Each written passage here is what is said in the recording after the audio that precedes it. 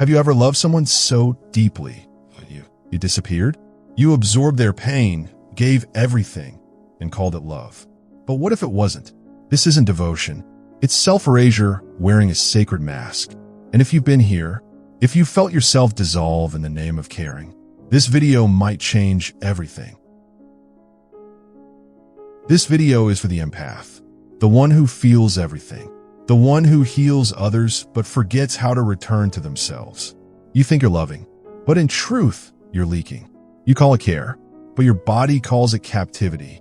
You're not crazy for giving so much, you were trained to. Because once in childhood, love came with conditions. Be quiet, be useful, be needed, be less. And now, as an adult, you love in the same way, by becoming invisible. Sarah, 31, sits in her therapist's office. I don't understand, she whispers. I gave him everything. I was there for every breakdown, every crisis. I made myself smaller so he could feel bigger. Why wasn't that enough? Her therapist asks gently. When was the last time you asked for what you needed? Sarah stares. The question feels foreign, like hearing a language she once knew but has forgotten how to speak. But here's the truth. Real love doesn't require you to disappear. By the end of this video, you will know how to tell the difference. You'll understand why your nervous system is exhausted, why boundaries feel impossible, and most importantly, how to come home to yourself. Empaths don't just feel deeply, they merge. They lose the boundary between me and you. They say yes even when their stomach says no. They listen until they forget the sound of their own voice. They give until they're empty, and then they give some more. But this isn't just personality. This is psychology. This is trauma response. This is survival strategy that outlived its usefulness. Let me show you how emotional possession hides inside what looks like kindness, how codependency masquerades as love, how self-abandonment wears the mask of compassion. Rebecca, 29, has been with David for 2 years. On paper, she's supportive, understanding, endlessly patient. In reality, she's dying a slow death. David struggles with anger issues. He explodes over small things, punches walls, screams at traffic. Rebecca has become his emotional regulator. She walks on eggshells, constantly scanning his mood, adjusting her behavior to keep him calm. He's just going through a hard time, she tells her friends, who watch with growing concern as she grows thinner, more anxious, more removed from herself. His job is stressful. His father was abusive. He needs support, not judgment. But Rebecca hasn't felt peace in 8 months. She startles at unexpected sounds. She's developed chronic insomnia, lying awake replaying conversations, analyzing his tone, planning how to prevent the next explosion. Her own dreams have evaporated. Her own goals have been shelved. Her own emotional needs have been deemed selfish, inconvenient, too much. This isn't love. This is trauma bonding. This is a nervous system stuck in hypervigilance, mistaking constant threat assessment for care. Or consider Michael, 32, who can't say no to his mother's emotional demands. She calls him multiple times a day, each conversation a download of her anxiety, her loneliness, her complaints about his father, his siblings, her life. Michael listens dutifully, offering advice she never takes, comfort she immediately discards, solutions she rejects as impossible. She needs me, he tells his girlfriend, who watches him become more depleted after every phone call. She's isolated. She's depressed. I'm the only one who understands her. But understanding has become consuming. Michael spends hours of his day managing his mother's emotional weather. He feels guilty when he's happy. How can he enjoy life when she's suffering? He feels selfish when he considers his own needs. How can he focus on himself when she's calling for help? His girlfriend asks, what would happen if you didn't answer every call? If you set some boundaries? Michael's response is immediate and revealing. She'd fall apart. She might hurt herself. I can't risk that. This is not compassion. This is conditioning. This is a child who learned early that he was responsible for an adult's emotional stability, now carrying that impossible burden into his adult relationships. Carl Jung understood this pattern deeply.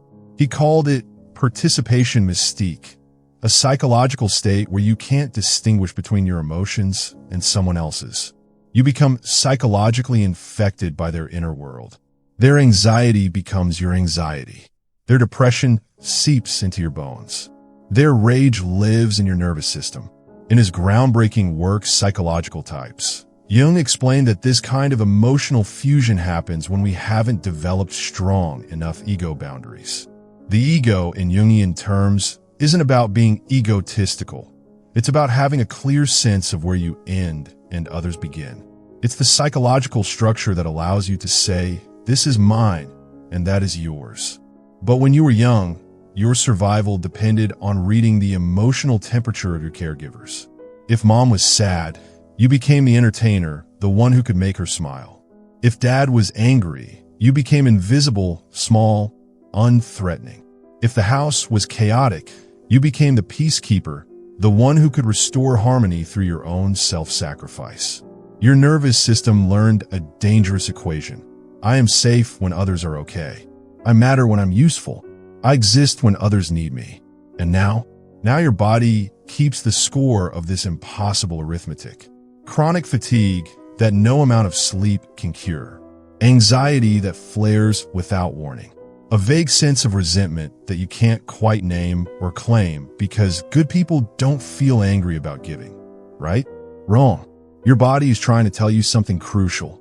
You're not a container for other people's chaos. You're not a dumping ground for emotions that aren't yours. You're not a rescue mission or a rehabilitation project. Jung calls this internal conflict a psychic split. The shadow of the empath wears the mask of a healer. But underneath, it's a desperate hunger to be loved, to be chosen, to matter no matter the cost. And this cost is higher than you know. You lose yourself to keep someone else from leaving. You become a ghost in your own life, haunting the edges of everyone else's story, never quite the protagonist of your own. Pause here and take a breath. Is this what you've been carrying all along?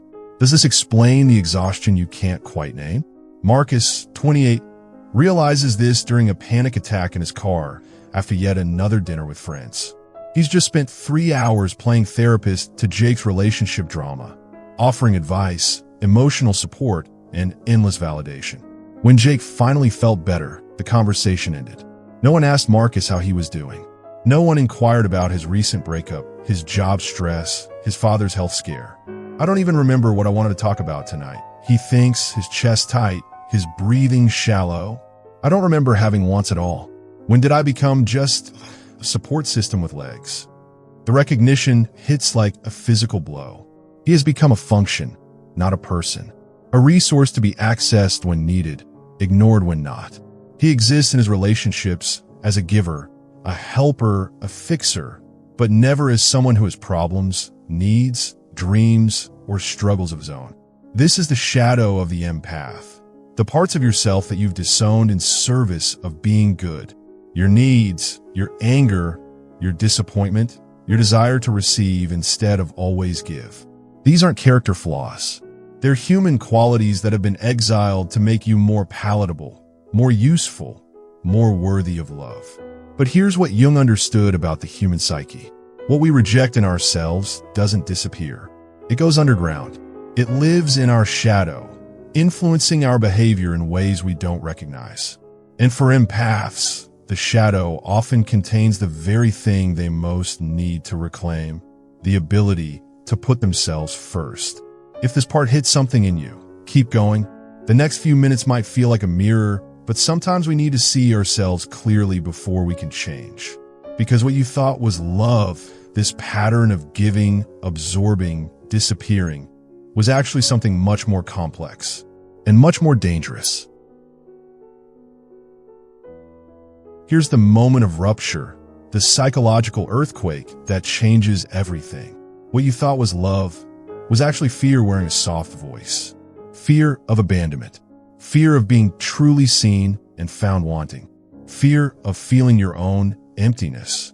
Fear of discovering that without being useful, you might not be lovable at all. You became everything they needed, not because you loved them, but because you were terrified of what would happen if you didn't. You weren't loving them. You were performing worthiness, auditioning for acceptance, trying to earn something that real love gives freely. Take a breath here. Let that land. Let it hurt if it needs to hurt. Carl Jung said, "Until you make the unconscious conscious, it will direct your life, and you will call it fate." The unconscious drive that has been directing your relationships isn't love. It's an unhealed wound from childhood, a survival strategy that your psyche developed to keep you safe in an unpredictable world. You weren't choosing these relationships consciously. Your shadow was choosing them. The parts of yourself that you rejected, the needs you denied, the fears you refused to face, they were running the show while you believed you were just being kind. In Jungian psychology, the shadow contains all the parts of ourselves we've rejected, repressed, or never learned to integrate. For empaths, the shadow often holds suppressed needs, denied anger, healthy selfishness, and the parts of you that want to receive rather than always give. Your shadow learned early that certain parts of you were unacceptable. Needing is dangerous. Taking up space is selfish. Asking for attention is too much. Having boundaries is mean. Saying no is cruel. So you flipped the script. You became the giver, the supporter, the one who never needs anything. You developed what Jung might call a persona, a mask that you wear to be acceptable to others. The persona of the empath is beautiful, caring, selfless, endlessly giving. But it's not the whole truth of who you are. Behind the persona is a shadow full of needs, desires, frustrations, and a deep, often unconscious rage at never being seen, never being chosen, never being loved for who you are rather than what you do. Every time you disappeared to keep the peace, you abandoned yourself. Every time you said yes to avoid conflict, you said no to your soul. Every time you absorbed someone else's emotion, you rejected your own inner experience. Jennifer discovers this devastating truth at 33 when her marriage finally implodes. Not because she wasn't good enough, loving enough, giving enough, but because she was too good, too accommodating, too willing to dissolve herself in service of keeping someone else comfortable. "I don't even know who I am without him," she tells her sister through tears. "I spent 5 years becoming what he needed. I changed my interests to match his. I adopted his political views. I even changed the way I dressed because he preferred a certain style. I don't know what I actually like anymore. I don't know what I think. I don't know what I want." Her sister, who has watched this slow erasure with growing horror, asks gently, "Jenny, what did you love before you met him? What made you laugh? What made you feel alive?" The silence that follows is heartbreaking. Not because Jennifer doesn't remember, but because she's terrified to remember. What if those parts of her are too much? What if being herself means being alone? What if the real her is unlovable? "I used to paint," she whispers finally. "I used to write poetry. I used to dance in my apartment to music he said was too loud. I used to have opinions about things. Strong opinions. I used to get angry when things weren't fair. I used to..." She stops, overwhelmed by the magnitude of what she's lost. Not just a marriage, but herself. The vibrant, opinionated, creative woman she used to be had been slowly erased, replaced by a shadow of herself designed to be agreeable, unthreatening, easy to love. But here's what Jung understood about what he called the transcendent function, the psychological process that helps us integrate our shadow and become whole. The parts of yourself that you've been afraid to show aren't your enemy. They're your medicine. They're the missing pieces that will restore you to wholeness. Your boundaries aren't walls that keep love out. They're the sacred container that holds your authentic self. They're what make intimacy possible, because you can't be truly intimate with someone if you don't know where you begin and they end. Your anger isn't a destructive force to be suppressed. It's information. It's your psyche's way of saying, something here is not aligned with my truth. Something here is violating my values. Something here needs to change. Your needs aren't burdens that make you high maintenance. They're the compass pointing you back to yourself. They're how you know you're alive, how you know you matter, how you know you exist as a separate being worthy of care. If you need to pause this video and cry, pause it. This recognition can feel like grief because it is grief. You're grieving the years you spent invisible. The love you accepted that wasn't really love. The parts of yourself you sacrifice to keep others comfortable. You're grieving the child in you who learned that disappearing was the price of belonging, that being needed was the only way to be wanted. But you're also grieving something else. The fantasy that if you just give enough, love enough, sacrifice enough, you can control how others treat you. You can earn their love. You can prevent their leaving. You can fix their brokenness and heal their wounds. This is perhaps the most painful recognition of all. You cannot love someone into wholeness. You cannot care someone into healing. You cannot disappear yourself into their happiness. Love is not a transaction where your self-sacrifice guarantees their devotion. Love is a choice two whole people make to see each other, to honor each other, to create something beautiful together while remaining themselves. But now you see it. You see the pattern. You see the wound. You see the fear that has been masquerading as love. And that recognition, painful as it is your turning point. Jung called this process individuation, becoming who you actually are rather than who you think you should be. It requires facing the parts of yourself you've exiled, integrating the shadow you've rejected, and reclaiming the wholeness that was always your birthright. For empaths, individuation means learning that you can love someone without absorbing them. You can care without carrying. You can be present without disappearing. You can be supportive without being self-sacrificing. This is where the real work begins. This is where you start to heal not just your relationships, but your relationship with yourself. So how do you heal from a lifetime of emotional possession? How do you learn to love without losing yourself? How do you develop the capacity for intimacy without the compulsion for fusion? Not by giving more, not by being better, not by perfecting your ability to anticipate and meet others' needs, but by becoming whole. By reclaiming the parts of yourself you've been taught to hide. By learning to honor your own inner experience as sacred. Step 1. Reclaim your boundaries, not as walls, but as sacred thresholds. Your no is not rejection. It's remembrance. It's your psyche remembering that you exist as a separate being with separate needs, desires, and limits. Your boundaries are not mean or selfish. They're the basic requirements for your psychological health. Jung wrote extensively about the importance of what he called holding the tension of opposites. For empaths, this means learning to hold the tension between caring for others and caring for yourself, between being open and being protected, between love and limits. Start by paying attention to your body's wisdom. Your nervous system is constantly giving you information about what feels safe and what doesn't, what nurtures you and what depletes you, what expands you and what contracts you. When someone asks something of you, pause. Notice the sensations in your body. Does your stomach tighten? Does your breathing become shallow? Does your chest feel heavy? These are your early warning signals, your inner guidance system telling you that something is off. Practice these sacred phrases. I need to think about that. Let me get back to you. That doesn't work for me. I'm not available for that. These aren't mean phrases. They're not selfish phrases. They're how you create space for your true response instead of your conditioned reaction. They're how you honor your own needs instead of automatically prioritizing others. Step 2. Understand the difference between healthy empathy and emotional possession. Healthy empathy says, I see your pain and I care about you. Emotional possession says, your pain is my pain and I must fix it or I'm a bad person.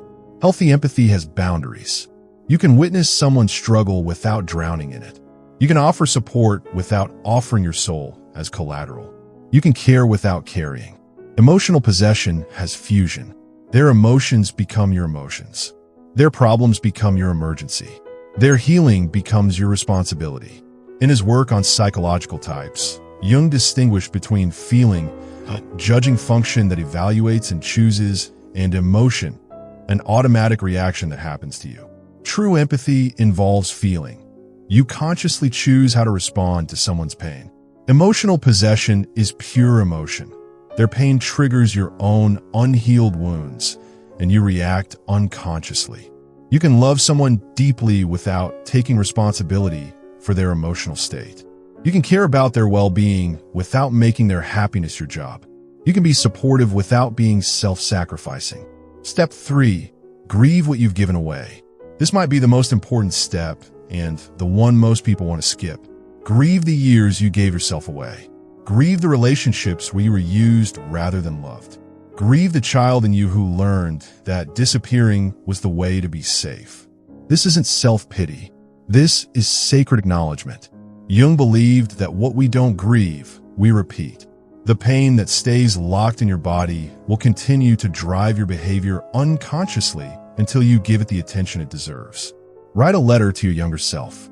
Tell them they don't have to earn love by erasing themselves. Tell them their needs matter.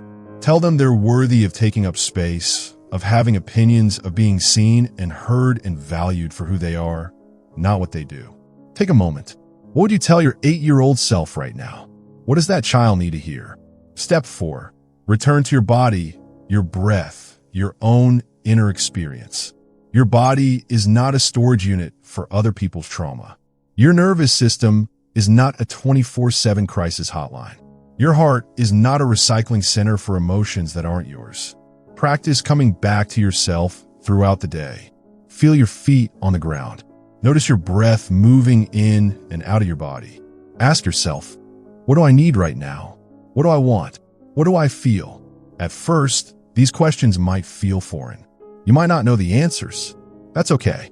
You're learning a new language, the language of your own needs, your own desires, your own inner landscape. Sit quietly and ask, whose pain am I carrying? If the answer isn't yours, gently imagine setting it down. This is what Jung called withdrawing projections, taking back the energy you've poured into other people's emotional worlds and bringing it home to yourself. Step 5. Learn to receive. This might be the hardest step for empaths. Learning to receive care, attention, support, and love without immediately trying to reciprocate or earn it. Practice accepting compliments without deflecting. Practice letting someone help you without feeling guilty. Practice sharing your struggles without immediately focusing on theirs. You are worthy of receiving simply because you exist, not because of what you do, how much you give, or how useful you are. Because you are a human being deserving of love, care, and attention. If you're someone who shares healing content or supports others on their journey, take a moment to like this video.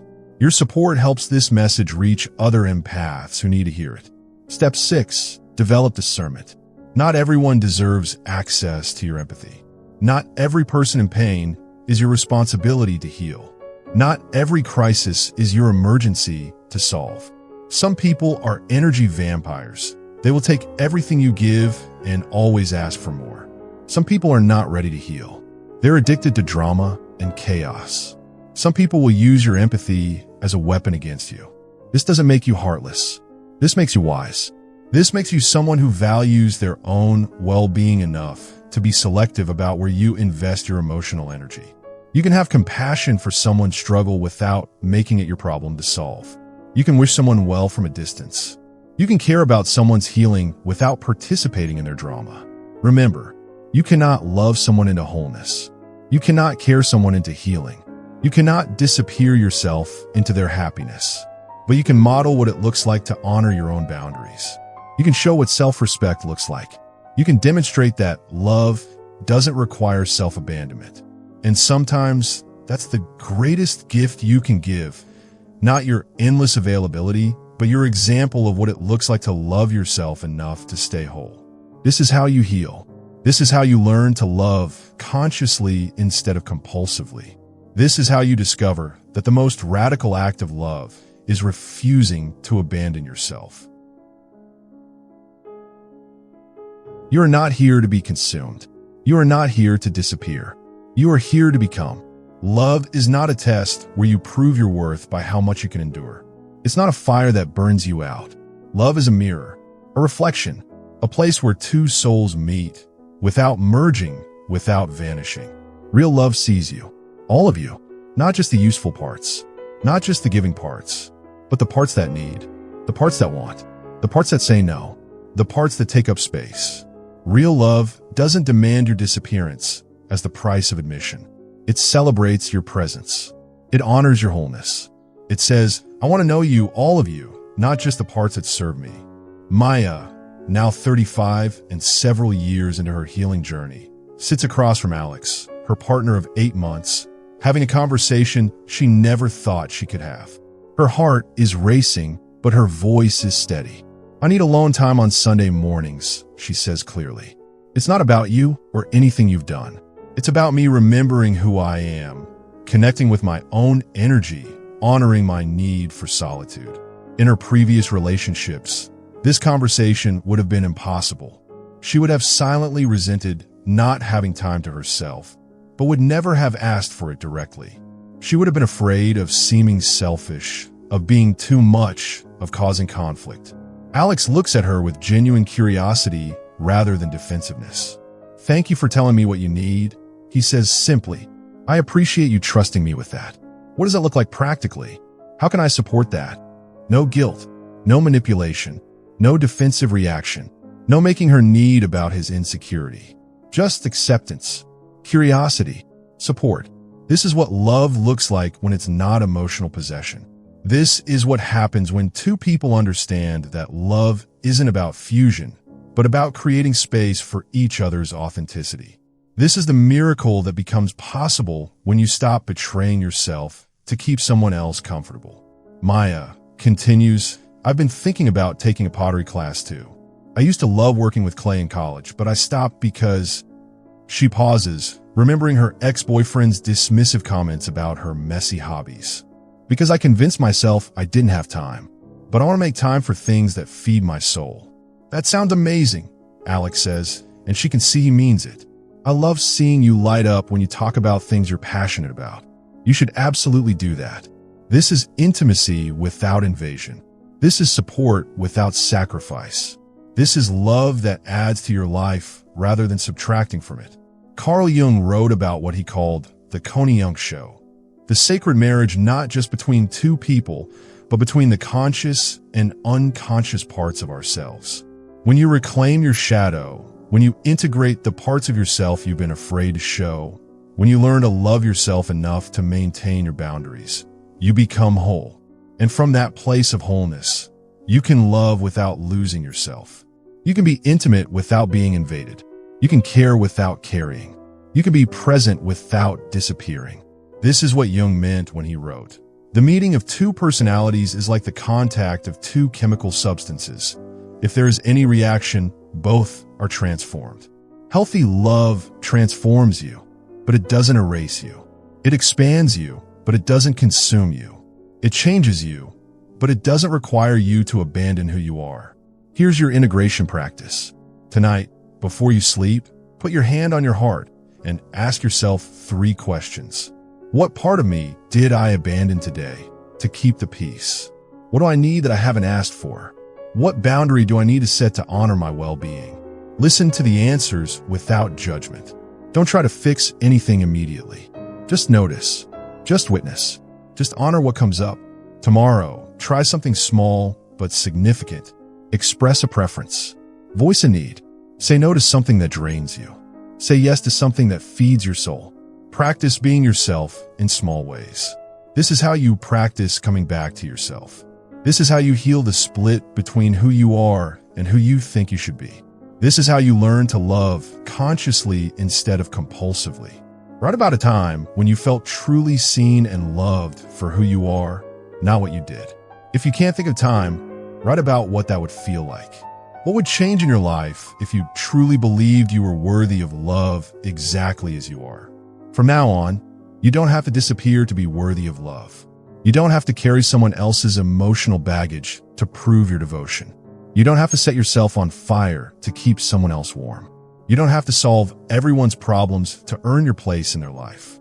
The people who are meant to love you will love you with boundaries. They'll love you with needs. They'll love you taking up space. They'll love your authentic self, not the diminished version you created to be acceptable. And the people who can only love you when you're invisible, when you're useful, when you're sacrificing yourself, they're not loving you. They're loving what you do for them. They're loving the service you provide. They're loving their own reflection in your endless giving. Before you go, if this video shifted something in you, if it helped you see your patterns more clearly, please share it with someone who needs to hear this message. Sometimes the most healing thing we can do is help another person feel less alone in their journey back to themselves.